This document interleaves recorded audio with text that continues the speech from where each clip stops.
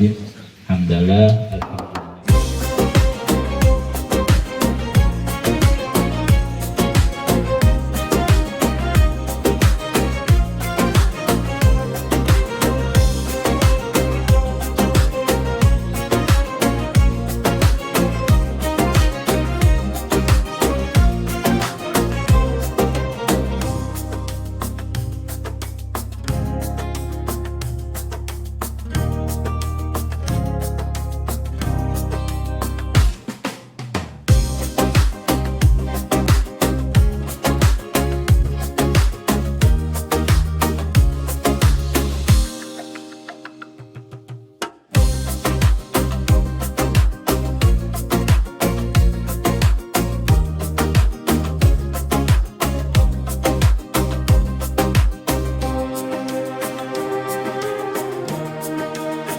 Itu harus melalui Rasulullah Shallallahu Alaihi Wasallam.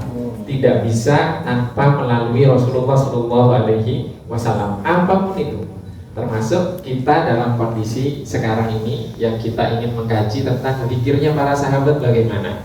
Zikirnya para sahabat adalah zikirnya Rasulullah Shallallahu Alaihi Wasallam. Kita pernah mengkaji buku ini bersama Syekh Muhammad Fadil Al-Jilani, yaitu Nasruz Zahri fil Dzikri bil Jahri, yaitu tentang zikir secara jahar dengan lantang. Kita tidak mungkin mengkaji semuanya, maka pada kesempatan kali ini waktu kita cuma 30 menit, kita akan mengambil 1-2 hadis yang akan menjelaskan bahwa apa? Bahwa yang kita laksanakan sekarang ini, khususnya dalam tarekat Syadziliyah yang kita ikuti, tarekat Siddiqiyah, Darqawiyah, Syadziliyah dan Qadiriyah dari jalur Syekh Muhammad Fadil Al-Jilani, itu semuanya sesuai dengan Rasulullah Shallallahu Alaihi Wasallam. Jangan ragu tentang itu. Ya, kita buktikan sekarang. Hadis yang pertama dalam Sahih Bukhari. Dalam Sahih Bukhari, hadis ini diriwayatkan oleh Sayyidina Abu Hurairah. Ya, Sayyidina Abu Hurairah. Sayyidina Abu Hurairah suatu ketika ditunjuk oleh Rasulullah Shallallahu Alaihi Wasallam, nanti bisa ditanyakan ke ChatGPT atau ditanyakan juga ke Gemini, ya kan? Tapi hasilnya nanti beda antara yang gratis dengan yang pro ya. Itu sudah jelas beda. Tapi nanti coba dibandingkan penghayatan seperti yang kita kaji sekarang bisa dijelaskan tidak oleh ChatGPT atau Gemini, ya. Tidak akan bisa kita dapatkan. Ya, saya dapat informasi dari rekan-rekan teman-teman yang jurnalis dari Aktual TV, aktual.com ya. Ini baru pertama kali dan alhamdulillah saya cukup senang mengikuti ini, apalagi tempatnya juga sudah sangat-sangat luar biasa. Tempatnya bagus, indah. Daerah puncak yang sangat dingin ini di Cigombong, belajar tentang mengenal diri dan semakin mendekat dengan Allah. Mudah-mudahan saya tetap istiqomah ya. Mengenal Allah itu kan juga harus melalui wasilah para mursyid. Tidak bisa kita jalan sendiri, kajian-kajian buku sendiri.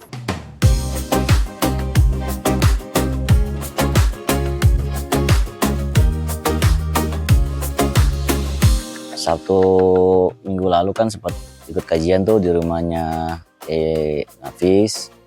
Oh, dia bilang bahwa nanti Jumat, Sabtu, Minggu kita mau suluk di Cigombong di Zawiyah Putra. Kebetulan karena keluarga hobinya camping, jadi tenda tuh nggak pernah turun dari mobil. Nyampe sini malam. Mau nanya panitia juga kayaknya nggak enak juga. Terus sama Ustadz Ali, saya nanya kalau pasang tenda boleh nggak? Boleh-boleh aja. Ya udah saya pasang. Belum pernah, baru ini saya ikut. Ya mungkin kalau setahun sekali mah agak kelamaan ya, per 6 bulan sekali mungkin baiklah menurut saya tuh. Karena di sini suasananya sejuk, terus juga jauh dari hingar-bingar, nggak bising, lebih dapet gitu tuh Om. Bagi saya ini bisa diikuti oleh siapapun ya, bahkan yang baru mu'alaf pun ya, baru mau belajar Islam pun sangat bisa memahami, bahkan sangat dianjurkan. Kenapa? Karena sejak awal kita dikasih tahu, diajari bagaimana kita mengenali tujuan hidup. Jadi agama lain bisa cuman di sesi umumnya, sesi mindfulness-nya, sesi tentang teknik bernafas, mengenali diri, tentang menikmati alam, itu bagi saya menurut saya bisa. Tetapi kalau sesi-sesi yang keagamaannya gitu, dia nggak bisa gitu. Jadi Bapak Ibu sekalian dirahmati Allah, saya hanya mengingatkan kembali, kita berkumpul di sini hanyalah sebagai hamba yang dikumpulkan. Mungkin ada yang diajak suami, ada yang diajak teman, ada yang diajak kakak. Itu hanya lantaran sebab aja. Artinya dikumpulkan untuk mengenal bersama, belajar bersama. Karena ibaratnya rumah yang tidak pernah dibersihkan, rumah yang tidak pernah dipercantik, rumah yang tidak pernah direvisi rumahnya itu, tidak pernah direnovasi rumahnya itu. Ya, apalagi rumah hati, rumah batin. Nah ini rumah batin itu butuh juga direnovasi. Saya terus terang tuh sangat suka dengan Zawi Ar-Roda karena waktu dulu saya sering datang Selasa malam sebelum pindah kantor. Itu hiburan buat saya. Hiburannya apa? Paling enggak itu ibaratnya apa ya? Kayak pembelaan terhadap diri saya. Ya alhamdulillah paling enggak saya udah capek-capek duduk sampai jam 12 malam zikir gitu ya. Mau kosong mau isi, yang penting saya sudah menginvestasikan tenaga untuk duit belum. Karena gratis, terus makan. Acara ini saya tahu dari majelis yang biasa saya datangi setiap Selasa di Zawi Ar-Roda Tebet. Sangat mengesankan. Yang pertama adalah didukung oleh suasananya juga ya Mas, suasananya. Karena yang disampaikan juga dari Kiai itu mengenai pengenalan kepada diri. Jadi saya rasa itu tidak memerlukan ilmu-ilmu tertentu atau basic-basic tertentu untuk bisa mengikuti seminar dan kajian ini. Bahkan menurut saya di luar agama Islam pun sebenarnya bisa ikut kajian ini gitu loh. Banyak hal-hal yang baru saya dapat karena bayangan saya kajiannya seperti apa gitu. Ternyata di sini umum ya, jadi seperti tentang kehidupan kita hari-hari aja. Jadi bagaimana kita mengucapkan syukur, kemudian bagaimana kita berterima kasih atas semua nikmat. Diminta untuk memaafkan dalam hati ya. Jadi dimaafkan ya atas semua yang sudah kita rasa kecewa, kepedihan kita atas kekecewaan kita terhadap siapa saja ya dalam kehidupan kita sebelumnya. Belum lagi ditambah dengan pemandangannya yang sangat indah di sini. Kemudian kita ketemu dengan sekamar dengan orang-orang baru yang baru kita kenal dan alhamdulillah langsung menyatu aja gitu, langsung kayak akrab, happy gitu. Saya rasa sih semua kalangan sih bisa, jadi termasuk anak saya juga happy. Anak saya baru 13 tahun, dia juga bisa menyatu dengan tamu yang lain yang usia sekitar 20, 25 gitu. Jadi kebetulan juga sekamarnya juga nggak ada juga yang usia di atas saya, jadi dia sudah ibu Umi itu udah pensiun gitu ya. Jadi semua kalangan sih dan bisa masuk aja. Karena kebodohan dan kejahilannya dia memohon ampun kepada Allah Subhanahu wa Ta'ala. Tidak pernah merasa cukup dengan istighfar, tidak merasa sudah memohon ampun itu adalah prestasi di dalam hidup kita. Jangan pernah merasa puas dengan jutaan istighfarmu, karena kenikmatan Allah dibandingkan permohonan ampunmu tidak akan ada daripada timbangan yang hakiki. Semuanya lebih daripada hanya bagian daripada cengkrama dan permohonan dan dialog kepada hamba yang mengakui daripada kelemahannya dengan penuh kedosaannya. Kok bisa orang sealim itu, orang seibadahnya sekuat itu takut mati? Padahal mati itu jalan kita bertemu dengan Allah. Kok takut mati? Bener gak itu orang menuju Allah? Atau menuju keabadian dunia? Pengennya di dunia abadi. Mati kok ditakutkan? Data saya kayak gitu. Saya dengan usia saya segini ya bingung. Ini gimana ceritanya nih? Gak boleh takut mati. Idza jaa ajaluhum la yastakhiruna sa'atan wala yastaqdimun. Kalau sudah datang waktunya, nggak bisa dimundurkan juga nggak bisa dimajukan. Energinya tetap up, dari sisi psikologisnya dapat, kemudian dari sisi emosi juga ada karena ada healing ya. Kita ngelihat suasananya yang sejuk, banyak pepohonan. Kemudian dari sisi tasawuf kemarin banyak teori-teori yang materi yang disampaikan juga ada. Jadi kompleks lah. Ini jarang banget ditemuin karena di luar kan banyak kita mengaji tentang tata cara sholat fikih ya, tentang kajian-kajian fikih, kajian-kajian keislaman yang lain, tapi kajian yang secara banyak dimensinya ini jarang banget karena ngasah jiwa, membangun kesadaran, terus bagaimana menempatkan emosi yang tepat. Jadi siapa aja bisa. Tahu acara ini dari teman. Kalau aku emang awalnya emang sempat ikut kajian Zawiyah juga. Nah, jadi kan kalau misalkan ada share-sharean tuh lebih ke pengenalan diri dan lebih ke kita jadi bisa lebih bersyukur sama diri kita sendiri gitu. Kayaknya sih kajian ini range kalangannya tuh luas banget ya, dari yang masih muda, mungkin ABG yang masih mencari jati diri, sampai yang mungkin juga udah lanjut usia. Non-muslim harusnya sih bisa banget, karena memang ini untuk hati-hati yang tidak lagi tenang gitu ya, terus belajar untuk mencari ketenangan di dalam diri sendiri melalui alam, melalui cara bernafas dan bersyukur gitu. Belajar banget sih di kajian ini. Selain memang suasananya sangat mendukung, udaranya segar, terus kemudian pemandangannya juga sangat indah. Sekitar 15-20 kan sebetulnya kami punya grup kecil kajian mingguan memang. Itu yang kepengin banget gitulah gitu.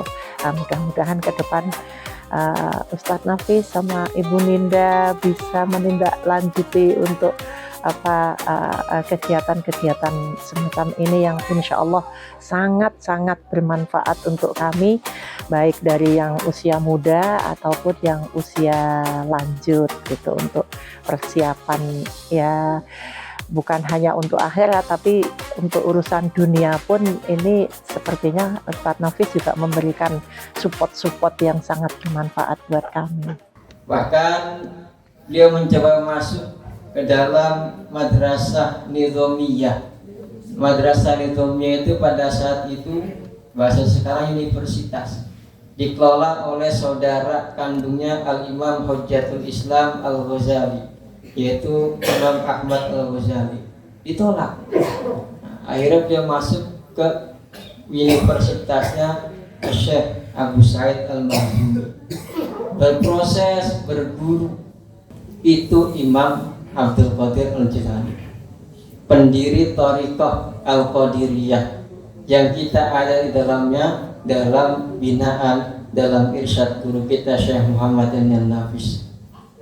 Kemudian Thariqah Syadiliyah, begitu juga Al-Imam Abdul Hasan Asy-Syadili yang lahir di Gumarah. Gumarah itu dekat Septa. Septa itu masih datarannya di Maroko tetapi sudah masuk wilayah Spanyol. Muassis Darqawiyah yaitu Al-Imam Maulana Arabi Ad-Darqawi pun demikian. Ternyata beliau dalam berproses, dalam beliau menjadi seorang kasih Allah, menjadi wali kutub, menjadi pemuka atau pendiri tariqat. Beliau juga ketika sudah mulai masuk menyelami jalan spiritual, tidak tanggung-tanggung beliau riyadhah, mujahadah. Beliau akhirnya duduk di makam Maula Idris Al-Aswad, putra dari Maula Idris Al-Akbar. Kali ini kita mengusung tema dengan meraih tapak pencerahan spiritual, yang nantinya diharapkan dengan adanya program ini peserta yang hadir bisa tersembuhkan penyakit mentalnya, stresnya, beban hidupnya. Karena di tengah kecemasan masyarakat dan tingginya beban hidup, perlu adanya relaksasi dan melakukan kontemplasi, menyediakan waktu 3-2 hari di Zawiyah Ar-Raudhah ini, terkhususnya di Villa Zawiyah. Pesertanya dari berbagai lintas daerah, ada yang dari Kalimantan, ada yang dari Pulau Sumatera, ada dari Pulau Jawa, walaupun rata-rata mereka berasal dari Jabodetabek. Ini kita tidak menutup kemungkinan mau pesertanya masih muda, 20-an tahun, 50-an tahun, 60-an tahun, bebas. Kita tidak membatasi, tidak ada syarat harus bisa baca Al-Quran dengan lancar atau apapun.